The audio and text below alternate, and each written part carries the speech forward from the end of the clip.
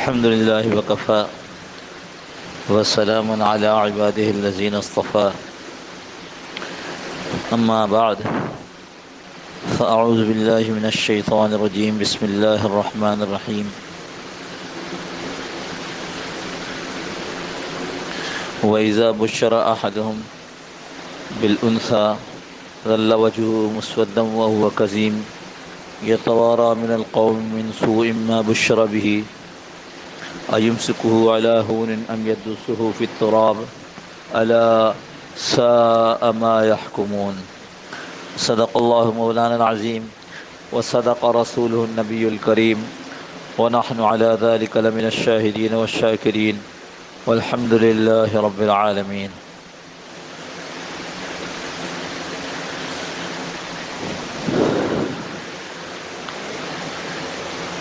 اللہ جل جلالہ ومن والو نے حضور اکرم صلی اللہ تعالی علیہ وسلم کے ذریعے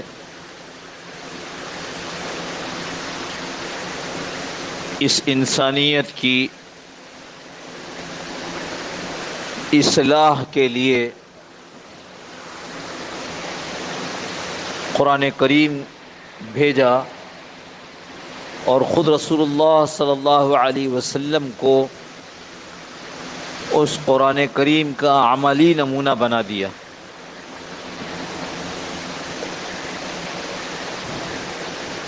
جیسے کئی موقعوں پر عرض کیا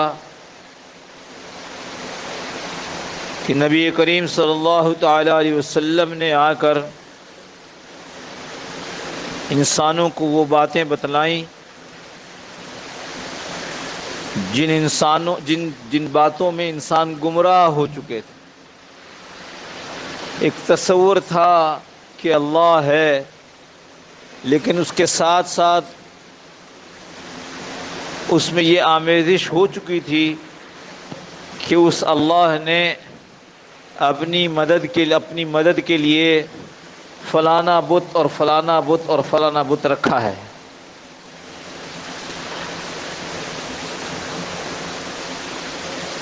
اللہ نے اپنے نظام کو فرشتوں کے ذریعے چلایا، لیکن اس کے اندر یہ آمیزش کر دی گئی کہ یہ فرشتے دراصل اللہ کی بیٹیاں ہیں. حضور صلی اللہ تعالی علیہ وسلم نے اللہ رب العزت کے متعلق ان عقائد کی تصحیح فرمائی. تو جہاں قرآن کریم میں یہ بات کہہ دی گئی کہ یہ مشرک عجیب ہیں کہ اپنے لیے تو بیٹے تجویز کرتے ہیں، اللہ کے لیے بیٹیاں تجویز کرتے ہیں. وہیں قرآن کریم میں دوسری جگہ پر یہ بھی ارشاد فرمایا کہ یہ تو ملک ہی دراصل اللہ کا ہے. یہ جو کائنات ہے یہ تو اللہ کی ہے. للہ ملک السماوات والارض، یہ جو زمین آسمان نظر آ رہے ہیں یہ تو ہیں ہی اللہ کے. اللہ ان کا مالک ہے، بادشاہ ہے. اللہ ان کا خالق ہے، پیدا کرنے والا ہے. اور اس کے ذیل میں فرمائے یخلق ما یشاء، جو چاہتا ہے پیدا کرتا ہے. زمین اس نے پیدا کی ہے، آسمان اس نے پیدا کیے ہیں، چاند سورج اس نے پیدا کیے ہیں. تو یہ جو چاہتا میں جو آپ دیکھ رہے ہیں یا سوچ رہے ہیں یا سن رہے ہیں، اس کی پیدائش کس کی طرف سے ہے؟ اللہ کی طرف سے. پھر جو آسمان پیدا ہوتا تو نظر نہیں آتا، چاند پیدا ہوتا تو کسی نے نہیں دیکھا، زمین کی پیدائش تو ہم سے سالہ پتہ نہیں کروڑ سال ہوگا، کتنا ہوگا اللہ جانتا ہے، اتنے سال پہلے پیدا ہو چکی. جو پیدائش سامنے نظر آ رہی ہوتی ہے، اب اس کا تذکرہ کیا. یخلق ما یشاء کے بعد جو چاہتا ہے پیدا کرتا ہے، اس کے بعد یہب لمن یشاء اناثا، جس کو چاہتا ہے بیٹیاں دے دیتا ہے. اشارہ کس طرف ہے؟ کہ اللہ دیتا ہے، کیونکہ اس کی پیدائش تو سامنے نظر آ رہی ہے نا. دو میاں بیوی ملے اور پیدائش ہو گئی، تو کہ نہیں اللہ نے کیا ہے. اب اللہ کی مرضی کیا ہے؟ جس کو چاہتا ہے بیٹیاں دے دیتا ہے. وَيَهَبُ لِمَن يَشَاءُ الذُّكُورَ، اور جس کو وہ چاہتا ہے بیٹے دے دیتا ہے. یعنی اگر بیٹی ہے وہ بھی کس کی طرف سے ہے؟ اللہ کی طرف سے ہے. بیٹے ہیں تو وہ بھی کس کی طرف سے ہے؟ اللہ کی طرف سے. اب یہ کہ فلانے بت پر اگر چڑھاویں، فلانے بت کو نذرانہ پیش کرے تو بیٹی ہو جائے گی، فلانے بت کو پیش کرے تو بیٹا ہو جائے گا. اس لیے بالکل صاف فرمایا. اور آگے ایک بات فرمائی، او یزوجوہم ذکرانا و اناثا، اور وہ اللہ جس کی جس کی قدرت کی بات ہو رہی ہے کہ وہ خالق ہے اس طرح کا، او یزوجوہم ذکرانا و اناثا، چاہے تو بیٹے بیٹیاں دونوں دے وے. یہ ہم دیکھ رہے ہیں.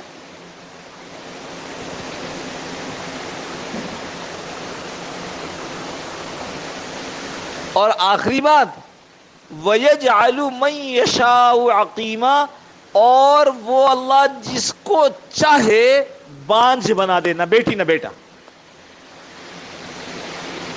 ہے نا، وہ خالق ہے تو ایسا خالق ہے جس کو چاہے بیٹی دے، جس کو چاہے بیٹے دے، جس کو چاہے دونوں دے، جس کو چاہے بانجھ رکھے.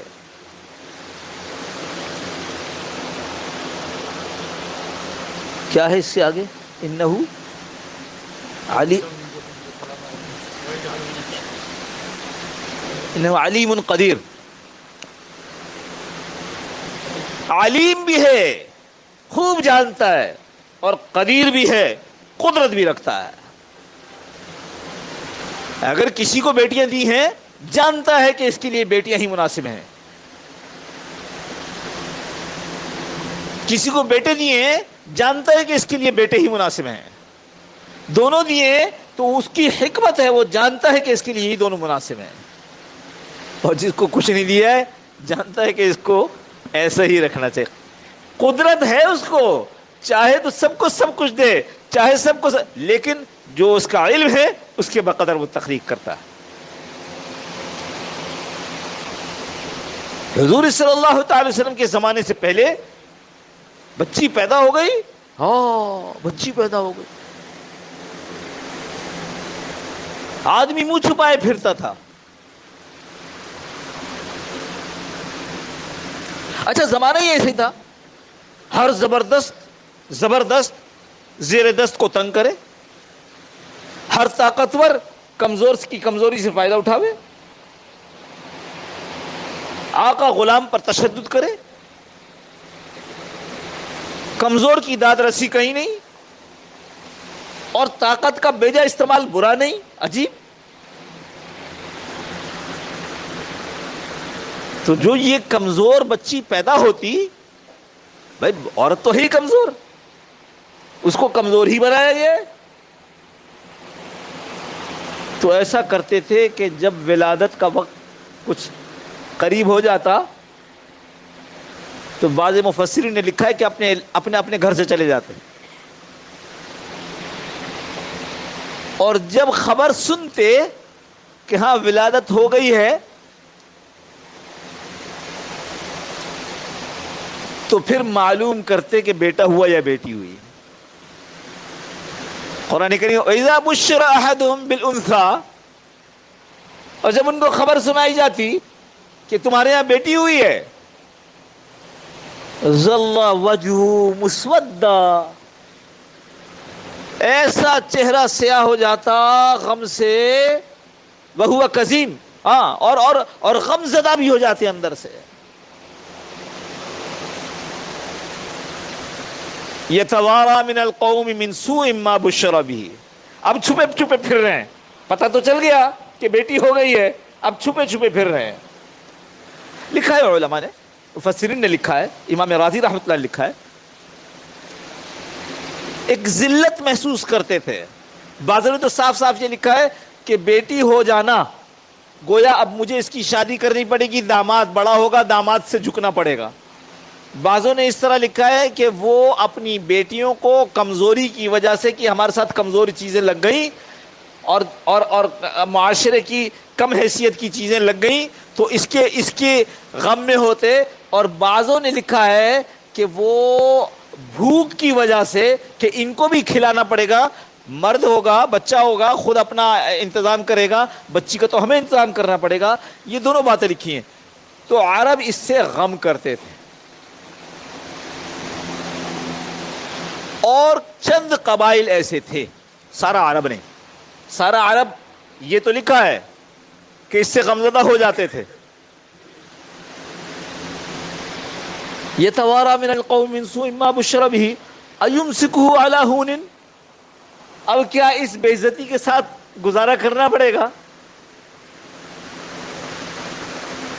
ام یدسہ فی التراب، یا پھر ہم اس کو زندہ زمین میں ڈال دیں، گاڑ دیں. تو چند قبائل ایسے تھے جو واقعی بچیوں کو زندہ درگور کر دیتے تھے.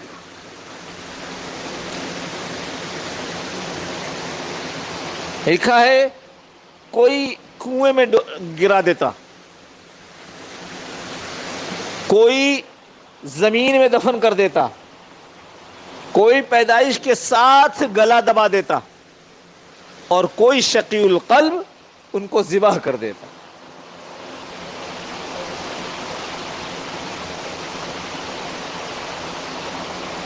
ایسے واقعات ہوئے. وہ آدمی آئے اور کہنے اللہ کے رسول جب سے اسلام قبول کیا ہے اسلام کی مٹھاس جو لوگ محسوس کرتے ہیں میں محسوس نہیں کر پا رہا ہوں. کیوں؟ اس لیے کہ میرے اندر ایک غم اور ایک کڑن ہے. ایک بچی تھی، عمومی دستور تو یہ تھا فوراً، ورنہ بعض لوگ 5-6 چونکہ اب تو چلے گئے، پتہ چل گیا کہ ہاں بچی ہو گئی ہے، تو اب وہ چھپے رہتے، کچھ عرصے کے بعد پھر آ جاتے. 6 سال کی عمر میں پھر اس کو بالآخر، میں نے پھر عرض کیا سارا عرب نہیں، چند قبائل. تو میری بچی جب 6 سال کی ہو گئی تو میں نے گھر والوں کا اس کو کپڑے پہناؤ، اس کو سجاؤ سوارو. وہ خوش ہو گئی کہ میرا باپ مجھے کہیں لے کر جا رہا ہے. اور پھر میں اس کے ساتھ چلا، اور کھڈا میں نے پہلے سے کیا ہوا تھا، اور جب وہاں پہنچا تو اس کو گڑھے کے اندر دکھایا. وہ جب گڑھے کے اندر جھکی تو میں نے اس کو پیچھے سے دھکا دے دیا، اس کے اوپر مٹی ڈال دا، اور وہ ابا ابا کہتی رہی اور میں اس کو مٹی ڈال کر کے دفن کرتا رہا. اس کی ابا ابا کہنے کی جو وہ ہے آواز، وہ مجھے اسلام کی مٹھاس کو بھی قبول نہیں کرنے دیتی. وہ روتا رہا اور اس بات کو حضرت صلی اللہ علیہ وسلم کو بیان کرتا رہا. کیسے شقی القلب لوگ ہوں گے. تو اب میں کیا کروں؟ کہا استغفار کرو اپنے لیے. اسلام اپنے قبول کرنے سے پہلے کے سارے گناہوں کو معاف کروا دیتا ہے، لہذا تمہارے گناہ معاف ہو گئے. البتہ یہ کرو کہ اس بچی کے بدلے، ایک اور روایت میں 8 بچیوں کا بھی ذکر ہے جو کسی اور صحابی نے کہا. فرمایا یار بچی کے بدلے ایک غلام آزاد کرو. کہا میرے پاس تو اتنی استطاعت نہیں ہے. کہا پھر اس کے بدلے ایک اونٹ نہر کرو.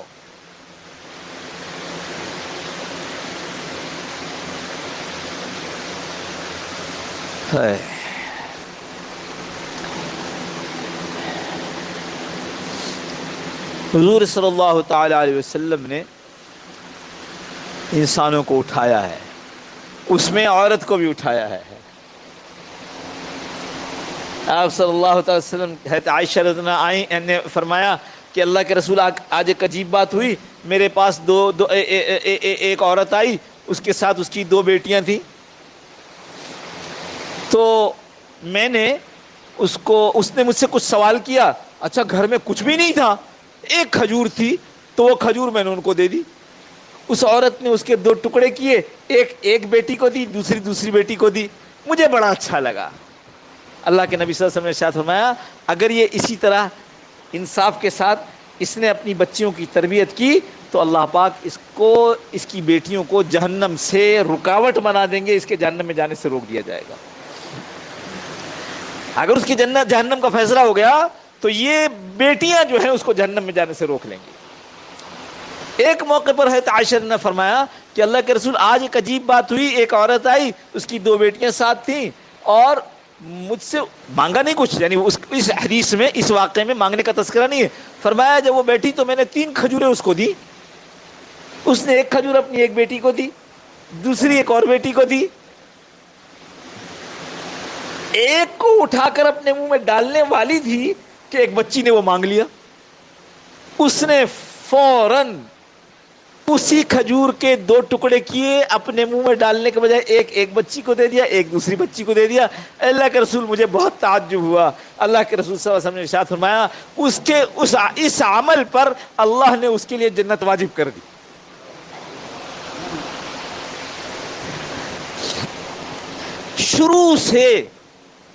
شروع سے پہلے دن سے بچے کو اسکول میں ڈال کر اس کی فکر کرنا کہ یہ ایسا کچھ بن جائے کہ یہ دنیا خوب کماوے. اس کا نتیجہ ہم آج یہ دیکھ رہے ہیں کہ ایک بچہ جو انٹر میں پڑھتا تھا، میٹرک میں شادی ہوئی تھی، اب اس کے ہاں ولادت ہوئی، بچی پیدا ہوئی تو اس کو گولی مار کر کے ختم کر دیا.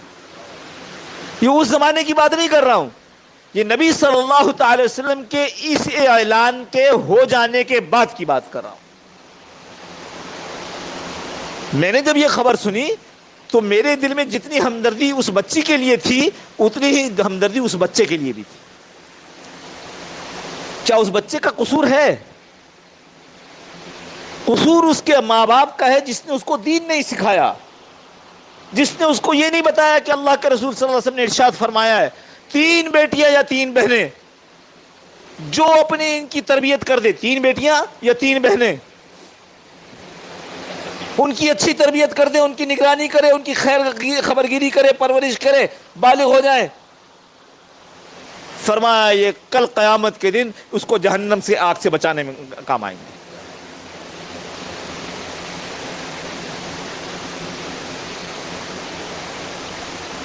انس رضی اللہ عنہ روایت فرما رہے ہیں حضور صلی اللہ علیہ وسلم نے ارشاد فرمایا 2 بیٹیاں 2 بہنیں کسی کی ہوں، یا بہنوں کا تذکرہ یعنی اس وقت ذہن میں نہیں آ رہا، 2 بیٹیاں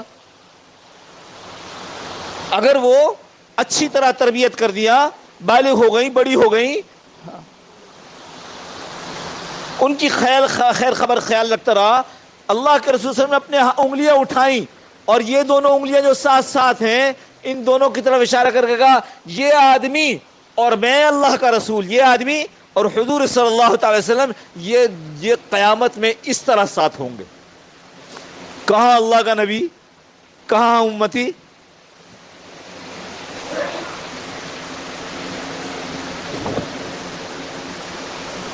حضرت عبداللہ ابن مسعود، ایک بیٹی کسی ہو، یہ مختلف روایت، پہلے 3 کی، 2 کی، ابھی ایک بیٹی جس کی ہو، اس کی تعلیم کرے، اچھی تعلیم، اس کو ادب سکھائے، اچھا ادب، اسی طرح روایت، اس کی خبرگیری کرے، اس کے معاملے میں اللہ سے ڈرے، کل قیامت کے دن جہنم اور اس آدمی کے درمیان یہی بچی حجاب بن جائے گی. میرے دوستو، بچوں کو دین سکھاؤ، دین کا ماحول اختیار کرواؤ. نہیں ہوگا تو جس ماحول میں چل رہے ہیں اس ماحول میں ایسے واقعات میں اضافہ ہو جائے گا.